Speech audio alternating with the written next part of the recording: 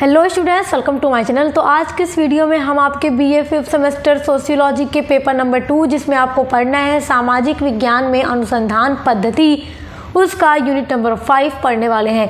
Unit number 5 में आपको collection of data के बारे में पढ़ना है, यानी डेटा संग्रह के बारे में पढ़ना है, यानी आंकड़ों का संग्रह या आंकड़ों को इकट्ठा करना, जिसको इंग्लिश में कलेक्शन ऑफ डेटा कहा जाता है।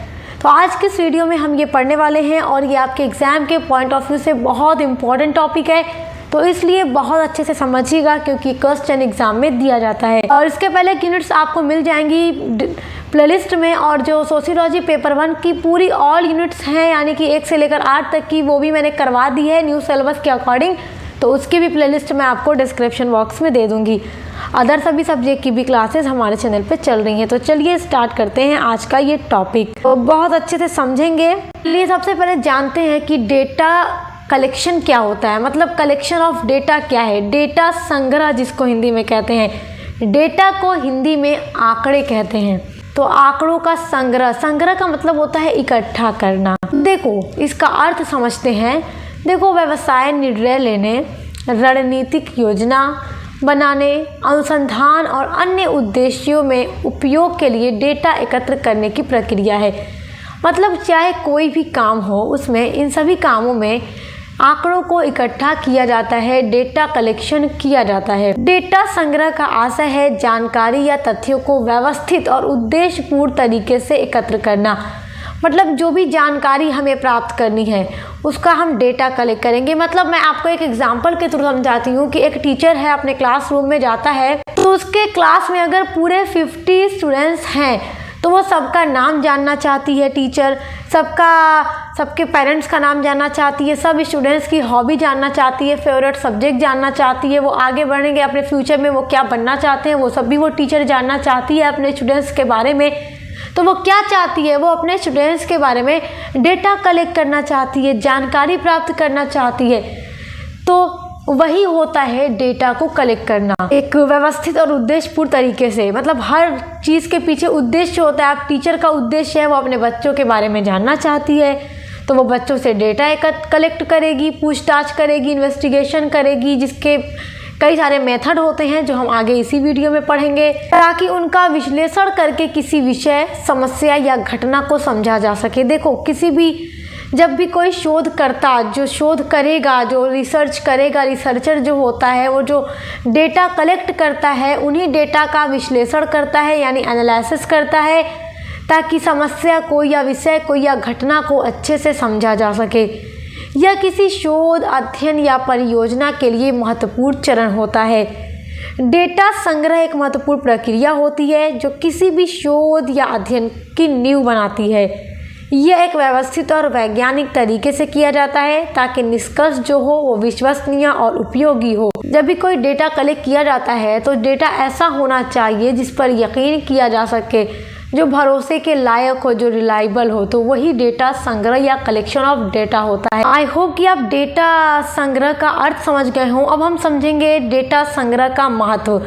ये बहुत इंपॉर्टेंट है। आखिर कलेक्शन ऑफ डेटा के क्या महत्व है, क्या सिग्निफिकेंस है। तो देखो इसका पहला महत्व है कि शोध के लिए सटीक और प्रासंगिक जानकारी प्रदान करता है। किसी भी चीज़ के बारे में अगर हमें जानकारी प्राप्त करनी है तो हम डेटा कलेक्ट करेंगे।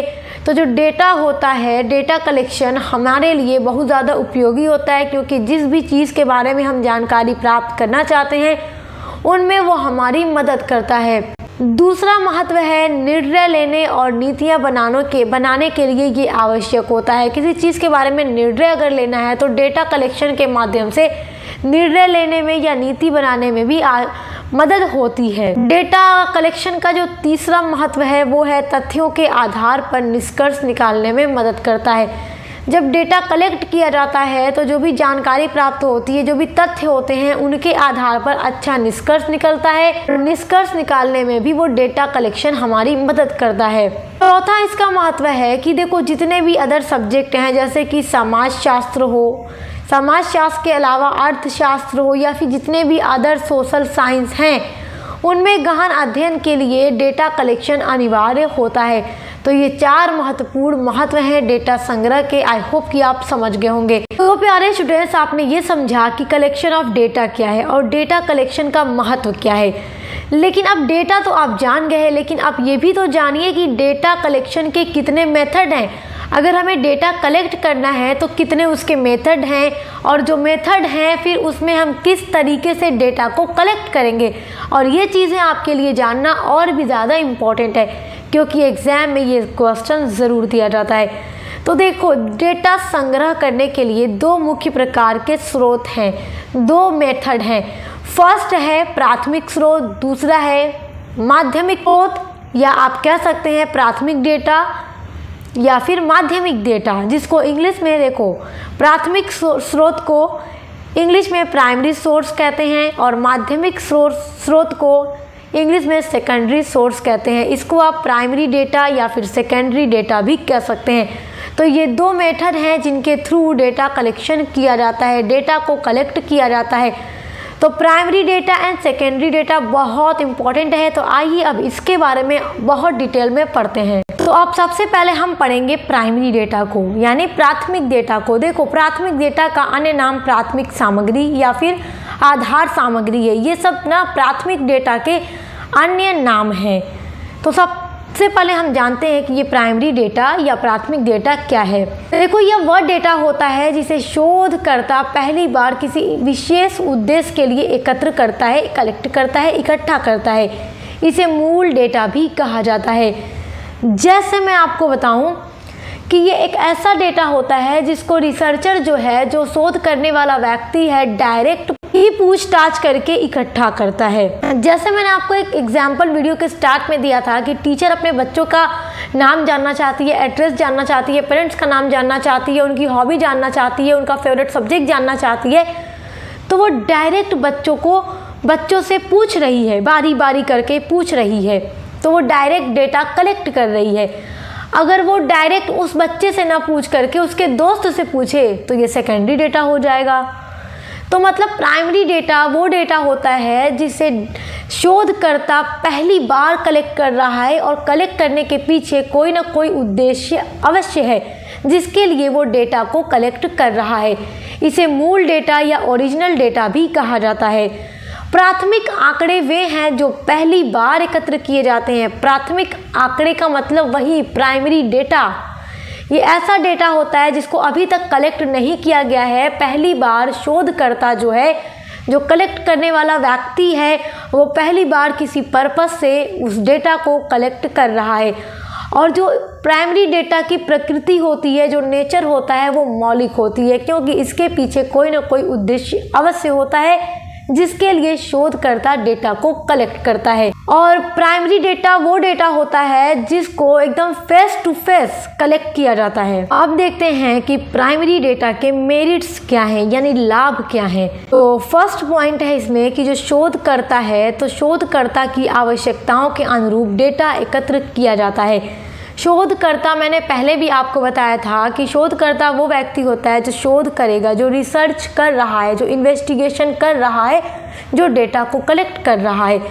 तो अब जो व्यक्ति डेटा कलेक्ट कर रहा है, तो मैंने आपको बताया कि उसके पीछे कोई पर्पस ज़रूर होगा, कोई उद्देश्य ज़रूर होगा जिसके लिए वो डेटा को कलेक्ट कर रहा है। तो वो डायरेक्ट जा करके डेटा कलेक्ट करेगा, क्योंकि ये पहली बार डेटा कलेक्ट किया जाता है, ये ओरिजिनल डेटा होता है और शोधकर्ता स्वयं जा करके ये डेटा कलेक्ट करता है। तो वो अपनी आवश्यकता के अनुरूप डेटा को कलेक्ट करेगा। तो ये सबसे पहला इसका मेरिट है, लाभ है। दूसरा ये है कि ये विश्वसनीय होता है, क्योंकि जब शोधकर्ता स्वयं जा करके व्यक्ति से पूछेगा, डेटा कलेक्ट करेगा, जानकारी प्राप्त करेगा, तो उस पर यकीन किया जा सकता है, वो भरोसेमंद होगा, रिलायबल होगा। जैसे मैं एक बच्चे से पूछूं कि तुम्हारा नाम क्या है, तुम्हारे पेरेंट्स का नाम क्या है, तुम्हें कौन सा फूड पसंद है, तुम्हारा घर कहाँ है, तुम्हें क्या बड़े होकर बनना है, तो मुझे सब कुछ अपने बारे में सही बताएगा। तो मैं ये डेटा कलेक्ट कर रही हूँ, जानकारी प्राप्त कर रही हूँ उस बच्चे के बारे में। मैं टीचर हूँ, वो मेरा स्टूडेंट्स है। अगर मैं उससे ना पूछ करके मैं किसी उसके दोस्त से पूछूं कि बताओ, जो तुम्हारा वो दोस्त है या जो तुम्हारी दोस्त है, उसे क्या खाने में पसंद है, वो क्या बड़े होकर बनना चाहती है, उसे कौन सा सब्जेक्ट पसंद है, हो सकता है वो गलत भी बता दे, वो झूठ भी बोल सकती है, गलत भी बता सकती है उसके बारे में। तो वो डेटा जो मैं कलेक्ट करूँगी वो विश्वसनीय नहीं होगा, क्योंकि मैंने दूसरे व्यक्ति के माध्यम से किसी और व्यक्ति का डेटा कलेक्ट किया है। लेकिन जो एकदम प्राइमरी डेटा होता है वो डायरेक्ट मैं पूछूंगी जिस व्यक्ति के बारे में मुझे डेटा कलेक्ट करना है, तो वो रिलायबल होगा, क्योंकि कोई भी इंसान अपने बारे में गलत चीज़ें नहीं बताएगा, तो इसलिए वो विश्वसनीय डेटा होता है। तो ये इसके मेरिट्स हैं। अब इसकी सीमा देखते हैं, यानी इसकी लिमिटेशन क्या है, इसके डीमेरिट क्या है। तो इसका डीमेरिट में फर्स्ट पॉइंट है डेटा संग्रह में समय और अधिक पैसा भी लगता है। अब जो इन्वेस्टिगेटर है, जो रिसर्चर है, वो डेटा कलेक्ट करने के लिए डायरेक्ट व्यक्ति से मिलेगा, फेस टू फेस वो डेटा कलेक्ट करेगा, क्योंकि वो फर्स्ट टाइम डेटा को कलेक्ट कर रहा है, प्राइमरी डेटा को कलेक्ट कर रहा है, तो उसमें उसका टाइम भी वेस्ट होगा। वो अपना टाइम निकाल करके हर व्यक्ति से बारी बारी मिल के सबके बारे में डेटा कलेक्ट करेगा, तो उसमें उसका खर्च भी आएगा, इस जगह से उस जगह आने जाने में उसका खर्च आएगा, समय भी लगेगा, तो इसमें पैसे भी खर्च होते हैं। तो ये इसका एक डीमेरिट है। दूसरा डीमेरिट है कि इसमें कुशलता और अनुभव की भी आवश्यकता होती है। जिस व्यक्ति के पास ज़्यादा कुशलता है, ज़्यादा स्किल्स हैं, इंटेलिजेंट है, वही प्राइमरी डेटा को कलेक्ट कर सकता है। कोई व्यक्ति ऐसा है जिसके पास स्किल्स बहुत कम है, कम पढ़ा लिखा है, तो वो प्राइमरी डेटा को अच्छे से कलेक्ट नहीं कर पाएगा। तो आई होप कि आप इसको बहुत अच्छे से समझ गए होंगे। तो देखिए यहाँ पर मैंने प्राथमिक डेटा यानी प्राइमरी डेटा की एक बहुत अच्छी सी डेफिनेशन नोट की है, ताकि आप इसको नोट कर लें और एग्जाम में ज़रूर लिखिएगा जब क्वेश्चन आपसे पूछेगा। तो ये डेफिनेशन है पीवी यंग के अकॉर्डिंग। ये लिखते हैं कि प्राथमिक सामग्री का तात्पर्य उन सभी मूल सूचनाओं एवं आंकड़ों से है जो स्वयं शोधकर्ता प्राथमिक स्रोत के द्वारा प्राप्त करता है। तो देखिए डेफिनेशन बहुत अच्छी है कि जो शोध करता है वो स्वयं ही जा करके सूचनाओं को इकट्ठा करता है, आंकड़ों को इकट्ठा करता है, जिसे प्राथमिक डेटा कहा जाता है, और वो डायरेक्ट उन्हीं व्यक्ति से बातचीत करके जानकारी प्राप्त करता है जिसके बारे में उसे जानकारी चाहिए। तो ये डेफिनेशन बहुत अच्छी है, पीवी यंग के अकॉर्डिंग है, तो इसको एग्जाम में आप लिखिएगा ज़रूर। और डेफिनेशन जब भी आप लिखेंगे किसी भी स्कॉलर की, तो आप नाम ज़रूर लिखिएगा कि आप किसकी डेफिनेशन को लिख रहे हैं। प्राइमरी डेटा क्या है, आई होप कि आप बहुत अच्छे से समझ गए होंगे। अब देखिए प्राइमरी डेटा तो आप समझ गए, लेकिन क्या आपको ये पता है कि प्राइमरी डेटा को कलेक्ट करने के कितने मेथड हैं? नहीं पता तो चलिए आपको बताती हूँ कि प्राइमरी डेटा को कलेक्ट करने के 5 मेथड हैं। अब जो शोध करता है, अब ये उसके ऊपर डिपेंड करता है कि प्राइमरी डेटा को कलेक्ट करने के लिए वो कौन से मेथड का यूज़ करेगा। तो यहाँ पे जो 5 मेथड हैं मैंने नोट किया हुआ है, हिंदी में भी कर दिया है और इधर इंग्लिश में भी कर दिया है, ताकि आप दोनों में पढ़ लें। तो जो शोधकर्ता होता है जिसे डेटा को कलेक्ट करना है, वो इन्हीं 5 मेथड में से किसी एक मेथड का यूज़ करके प्राइमरी डेटा को कलेक्ट करता है। तो सबसे पहला जो मेथड है वो है साक्षात्कार विधि यानी इंटरव्यू। देखो इंटरव्यू एक ऐसा तरीका होता है जिसमें शोधकर्ता व्यक्ति से सीधे प्रश्न पूछकर जानकारी प्राप्त करता है। अब जैसे एक व्यक्ति है जिसे एक गांव के इनकम के बारे में जानकारी प्राप्त करनी है, तो वो गांव के लोगों की इनकम जानकर उस गांव के लोगों का वो इनकम का आंकड़ा यानी डेटा कलेक्ट करना चाहता है। तो वो शोधकर्ता उस गांव में जाएगा और प्रत्येक व्यक्ति से बारी बारी मिलेगा, सब घर में जाएगा, सबके घर में जो घर के लोगों से मिलेगा और सबकी इनकम के बारे में वो डेटा कलेक्ट करेगा। तो फेस टू फेस बात करेगा, डायरेक्ट उस व्यक्ति से बात करके वो डेटा को कलेक्ट करेगा। तो इसमें सीधे प्रश्न पूछेगा, आप क्या काम करते हैं, आप कितना महीने में कमा लेते हैं, आपकी साल में कितनी पूरी इनकम हो जाती है, कितना आप सेव कर लेते हैं, तो इन सब के बारे में वो डेटा कलेक्ट करेगा। तो वो डायरेक्ट उसी व्यक्ति से बात करेगा। इंटरव्यू में तो आप जानते ही हैं कि सामने एक व्यक्ति बैठा होता है और पूछने वाला प्रश्न पूछता है और जवाब देने वाला जवाब देता है। तो ये फर्स्ट मेथड है प्राइमरी डेटा को कलेक्ट करने का। दूसरा मेथड है प्रश्नावली, जिसको इंग्लिश में क्वेश्चननेयर बोला जाता है। जो क्वेश्चननेयर्स होता है ये एक लिखित दस्तावेज होता है जिसमें कुछ प्रश्न लिखे होते हैं और जो उत्तर देने वाला व्यक्ति होता है वो स्वयं भरता है उसको। जैसे एक एग्जाम्पल के थ्रू मैं आपको बताऊं, इंटरव्यू वाला तो आप समझ गए, अब क्वेश्चननेयर वाला मैं आपको बताऊं। अब जैसे मैंने जो एग्जाम्पल आपको दिया था कि शोधकर्ता हर लोग एक गांव में जाकर लोगों की इनकम का डेटा कलेक्ट करना चाहता है कि लोग कितना इस गांव में कमा लेते हैं, तो वो जाकर डायरेक्ट पूछेगा, तो वो इंटरव्यू है, सबसे मिलकर फेस टू फेस। अब वो ना पूछ करके एक डॉक्यूमेंट देगा, एक फॉर्म के रूप में एक पेज देगा जिसको क्वेश्चनएयर बोला जाता है। उस पर पूरा प्रश्न लिखा रहेगा कि आपका नाम क्या है, आप महीने में कितना कमा लेते हो, आप काम क्या करते हो, साल में कितनी आपकी इनकम हो जाती है, वगैरह वगैरह। ये सारा क्वेश्चन उस पर लिखा होगा। तो जो शोध करता है, जो रिसर्चर है, जो व्यक्ति है जो डेटा को कलेक्ट कर रहा है, वो हर व्यक्ति को वो क्वेश्चनएयर दे देगा कि आप लोग इस क्वेश्चन को पढ़ के अपना आंसर लिख दो। तो हर व्यक्ति अपने बारे में सही आंसर फिल कर देगा।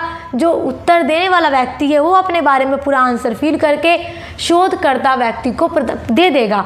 तो फिर उस क्वेश्चनएयर्स को देख करके डेटा कलेक्ट कर लेगा शोधकर्ता जो है, जो रिसर्चर है। तो वो क्वेश्चनएयर होता है, और याद रखिएगा वही व्यक्ति फिल करता है जिससे क्वेश्चन पूछा जाएगा, जो आंसर देगा वो फिल करेगा इसको। जैसे मैं आपको एक और सीधा सा एग्जांपल दे दूं कि मुझे हर बच्चे के बारे में डेटा चाहिए।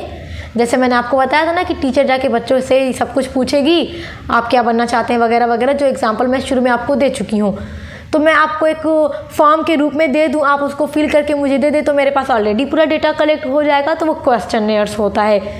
अब प्राइमरी डेटा को कलेक्ट करने का जो तीसरा मेथड है वो है अनुसूचियां विधि यानी शेड्यूल्स। जो शेड्यूल होता है वो भी क्वेश्चनएयर की तरह ही होता है, लेकिन इसमें जो क्वेश्चन लिखे होते हैं वो उत्तरदाता फील नहीं करता, जबकि शोधकर्ता, जो शोध करने वाला व्यक्ति है, जो डेटा कलेक्ट करने वाला व्यक्ति है, वो स्वयं उसको फील करता है। अब कैसे फील करता है मैं आपको बताती हूँ। जैसे मैंने आपको जो ऊपर अभी एग्जाम्पल दिया है, आप उसी एग्जाम्पल को एक बार फिर से ले लीजिए कि अब एक व्यक्ति है जो डेटा कलेक्ट करना चाहता है लोगों की इनकम के बारे में। तो वो एक शेड्यूल अपने पास रखेगा जिसपे सारे क्वेश्चन लिखे रहेंगे।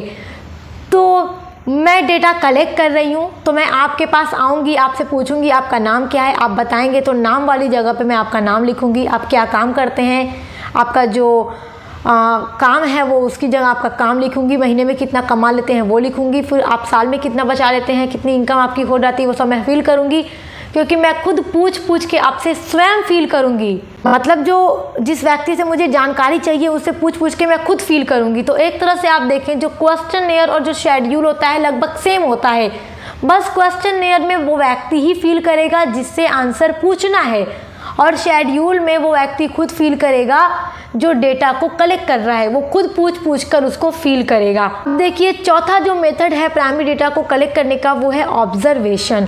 ऑब्जर्वेशन में देखिए क्या होता है, इसको हिंदी में अवलोकन विधि कहते हैं। अवलोकन एक ऐसी विधि होती है जिसमें शोधकर्ता किसी व्यक्ति, समूह या घटना को प्रत्यक्ष रूप से देखता है और उनके व्यवहार, गतिविधियों या माहौल का विश्लेषण करता है। इसमें जो शोधकर्ता होता है कोई सवाल पूछता नहीं है, मतलब इसमें क्वेश्चन पूछने की ज़रूरत नहीं होती है। इसमें जो शोध करने वाला व्यक्ति है, जो डेटा को कलेक्ट कर रहा है, वो घटनाओं को बिना कोई हस्तक्षेप किए केवल देखता रहता है और देखकर उन चीज़ों को वो ऑब्जर्व करता है। देखो ऑब्जर्वेशन का एक सबसे अच्छा एग्जाम्पल मैं आपको देती हूँ कि एक व्यक्ति है जो एक गांव का, मतलब समझ लीजिए वो बारी बारी हर गांव की संस्कृति का, सामाजिक स्थिति का डेटा कलेक्ट करना चाहता है। तो वो बारी बारी हर गांव में जाएगा और वहाँ पर जाकर वो किसी व्यक्ति से चीज़ों को पूछेगा नहीं, बस वो वहाँ पर जाकर जैसे देखेगा, माहौल वहाँ का देखेगा, लोगों की संस्कृति देखेगा, लोगों का रहन सहन देखेगा, खान पीन देखेगा कि लोग खाते पीते कैसा है, लोगों की सामाजिक स्थिति कैसी है, बस वो देखकर उसको ऑब्जर्व करेगा। उसके बाद वो दूसरे गांव में जाकर ऐसे ही बस देखेगा, मतलब वहाँ के लोगों से नहीं पूछेगा कि आपकी संस्कृति कैसी है, आप लोगों का रहन सहन कैसा है, कुछ भी पूछेगा नहीं, बस देखकर उसको ऑब्जर्व करेगा। फिर उसके अकॉर्डिंग वो प्राइमरी डेटा को कलेक्ट करेगा। प्राइमरी डेटा को कलेक्ट करने का जो पांचवा मेथड है वो है सर्वे, जिसको हिंदी में सर्वेक्षण कहा जाता है। तो सर्वे एक ऐसी विधि होती है जिसमें बड़ी संख्या में लोगों से एक जैसे प्रश्न पूछकर जानकारी इकट्ठा की जाती है। यह प्राथमिक डेटा कलेक्ट करने का एक लोकप्रिय और व्यवस्थित तरीका है। तो ये 5 मेथड्स हैं प्राइमरी डेटा को कलेक्ट करने के। आई होप आप इसको बहुत अच्छे से समझ के होंगे। तो अब आइए हम सेकेंडरी डेटा को पढ़ते हैं, जिसको हिंदी में माध्यमिक डेटा या फिर द्वितीयक डेटा भी कहा जाता है और इंग्लिश में सेकेंडरी डेटा कहा जाता है। देखो सेकेंडरी डेटा या द्वितीयक आंकड़े वे होते हैं, मतलब ऐसा डेटा ये होता है जिसे किसी अन्य व्यक्ति द्वारा पहले से ही कलेक्ट किया जा चुका है। मान लीजिए कोई व्यक्ति था, वो डेटा कलेक्ट करता है किसी भी चीज़ की जानकारी प्राप्त करने के लिए। जैसे कि मैंने आपको प्राइमरी डेटा में बहुत सारा एग्जाम्पल दिया है, उन्हीं एग्जाम्पल के थ्रू आप समझ सकते हैं कि एक व्यक्ति ने बहुत सारा डेटा कलेक्ट किया है अपने उद्देश्य के लिए, जानकारी प्राप्त करने के लिए, और उस डेटा को वो प्रकाशित भी कर देता है। तो अब ऐसा डेटा जो पहले से ही किसी अन्य व्यक्ति के द्वारा कलेक्ट किया जा चुका है, उसको प्रकाशित भी किया जा चुका है, तो अब कोई और व्यक्ति शोध कर रहा है, रिसर्च कर रहा है, तो अपने शोध कार्यों में, अपने अध्ययन में वो उन्हीं डेटा को यूज़ करता है। तो ऐसे डेटा को सेकेंडरी डेटा कहा जाता है। समझ में आया? एक बार रिकॉल करते हैं ताकि आपको अच्छे से समझ में आए। देखो, सेकेंडरी डेटा वो डेटा होता है जो पहले से ही किसी अन्य व्यक्ति के द्वारा अपने किसी उद्देश्य के लिए कलेक्ट किया जा चुका है और उस डेटा को उस व्यक्ति ने पब्लिश्ड भी कर दिया है, प्रकाशित भी कर दिया है। तो अब कोई और व्यक्ति शोध कर रहा है, रिसर्च कर रहा है, तो अपने अध्ययन में वो उन डेटा को यूज़ करता है जो ऑलरेडी किसी अन्य व्यक्ति के द्वारा कलेक्ट किया जा चुका है। तो ऐसे डेटा को सेकेंडरी डेटा कहते हैं। आपने प्राइमरी डेटा में देखा, जो व्यक्ति स्वयं जाकर के कलेक्ट करता है वो प्राइमरी डेटा होता है। सेकेंडरी डेटा जो पहले से ही कलेक्ट किया जा चुका है किसी अन्य व्यक्ति के द्वारा, अब फिर किसी दूसरे व्यक्ति के द्वारा उस डेटा का यूज़ किया जाता है, तो ऐसे डेटा को सेकेंडरी डेटा कहा जाता है। देखो, सेकेंडरी डेटा के कलेक्शन के भी मेथड हैं। जिस तरह आपने प्राइमरी डेटा के कलेक्शन में 5 मेथड देखे, उसी तरह से सेकेंडरी डेटा को कलेक्ट करने के लिए 2 मेथड्स हैं। सेकेंडरी डेटा को कलेक्ट करने के लिए जो पहला मेथड है वो है पब्लिश्ड सोर्सेज, यानी कि प्रकाशित स्रोत, और दूसरा सोर्स है अनपब्लिश्ड सोर्स, यानी अप्रकाशित स्रोत। तो अब इसके बारे में देख लेते हैं, समझ लेते हैं। देखो, जैसा कि मैंने आपको बताया कि जो सेकेंडरी डेटा होता है वो ऑलरेडी कलेक्ट किया जा चुका होता है और उसको पब्लिश्ड भी कर दिया जाता है। तो इसमें ना 2 तरह के डेटा होते हैं। एक तो ऐसा होता है जो पब्लिश्ड कर दिया गया है, दूसरा होता है जो पब्लिश्ड नहीं होता है। मतलब इसके बारे में देखते हैं, जो हमें डेटा चाहिए जो पब्लिश्ड हैं उसके क्या क्या स्रोत हैं जहां से हमें पब्लिश्ड डेटा मिल जाते हैं, सेकेंडरी डेटा आसानी से मिल जाते हैं। जैसे न्यूज़पेपर्स या जर्नल्स जो होते हैं उनमें भी डेटा कलेक्ट करके जो भी चीज़ें होती हैं, तो हमें अगर उन्हें दोबारा से अपने अध्ययन में यूज़ करना है तो हम न्यूज़पेपर को पढ़ के, जर्नल्स को पढ़ करके डेटा का यूज़ कर सकते हैं। उसके अलावा जो पब्लिश्ड सोर्स में दूसरा आता है वो है published articles of an individual, यानी किसी व्यक्ति के जो प्रकाशित लेख होते हैं। मतलब किसी व्यक्ति ने डेटा कलेक्ट किया है, कलेक्ट कर लिया था, उसको प्रकाशित कर दिया है, पब्लिश्ड कर दिया है, तो फिर मुझे अपने अध्ययन में उसकी ज़रूरत पड़ रही है तो मैं उस डेटा को वहाँ से पढ़ करके यूज़ कर सकती हूँ। देखिए, सेकेंडरी डेटा को जो कलेक्ट करने का तीसरा सोर्स है वो है सरकारी प्रकाशन और गजेटियर, यानी गवर्नमेंट पब्लिकेशन एंड गजेटियर के थ्रू भी बहुत सारे डेटा हम कलेक्ट कर लेते हैं। उसके अलावा विभिन्न संगठनों के द्वारा जो प्रकाशन किया जाता है, पब्लिकेशन फ्रॉम वेरियस ऑर्गेनाइजेशन। देखिए, अलग अलग जो ऑर्गेनाइजेशन होते हैं वो भी डेटा को पब्लिश्ड करते हैं, तो उनके थ्रू भी हम सेकेंडरी डेटा को ईजिली कलेक्ट कर सकते हैं, यूज़ कर सकते हैं लेकर के। उसके अलावा जो प्राइवेट डेटा पब्लिकेशन होता है वहाँ से भी हमें सेकेंडरी डेटा ईजिली मिल जाता है। उसके अलावा जो report from commission and committees होती हैं वहाँ से भी जो सेकेंडरी डेटा होता है वहाँ पे पब्लिश्ड होता है, जिसे ईजिली यूज़ किया जा सकता है। उसके अलावा publication and reports of trade commerce या फिर मैगजीन्स एंड पीरियोडिकल्स जो होते हैं वहाँ से भी हमें ईजिली सेकेंडरी डेटा मिल जाते हैं। तो ये सब सेकेंडरी डेटा को कलेक्ट करने का पब्लिश्ड सोर्स है। उसके अलावा जो अनपब्लिश्ड सोर्स है जिसको अप्रकाशित स्रोत कहा जाता है, इसमें देखो, पहला है शिक्षकों, प्रोफेसरों और पेशेवरों द्वारा जो किए गए शोध कार्य होते हैं, फिर वो उसको पब्लिश नहीं करते, और अगर हमें उन डेटा को चाहिए जो इनके द्वारा शोध किया जा चुका है, रिसर्च किया जा चुका है, डेटा कलेक्ट किया जा चुका है, तो अगर हमें उनके डेटा की ज़रूरत पड़ती है और हम डिटेल में उनका डेटा पढ़ना चाहते हैं, जानना चाहते हैं, तो उसके लिए कुछ पे करना होता है। उसके बाद ही हम उस डेटा को पढ़ सकते हैं, ले सकते हैं। उसके अलावा जो निजी और व्यावसायिक उद्यम होते हैं उनके द्वारा जो बनाए गए रिकॉर्ड्स होते हैं वो भी पब्लिश्ड नहीं होते। अगर हमें उनके डेटा को चाहिए तो हमें उसके लिए भी कुछ पे करना होता है। यानी अनपब्लिश्ड सोर्स वो होते हैं जो पब्लिश नहीं है बट कलेक्ट किए जा चुके हैं, तो उसको देखने के लिए या उसको यूज़ करने के लिए हमें कुछ पे करना होता है। तो ये है सेकेंडरी डेटा को कलेक्ट करने के मेथड। आई होप कि आप बहुत अच्छे से समझ गए होंगे। आज की वीडियो में हमने collection of data and primary and secondary data के बारे में पूरा अच्छे से पढ़ लिया है। तो आपकी यूनिट नंबर 5 भी कंप्लीट हो गई और इस तरह से आपके हर एक सब्जेक्ट की क्लासेस चल रही हैं। तो अब मिलते हैं नेक्स्ट वीडियो के साथ।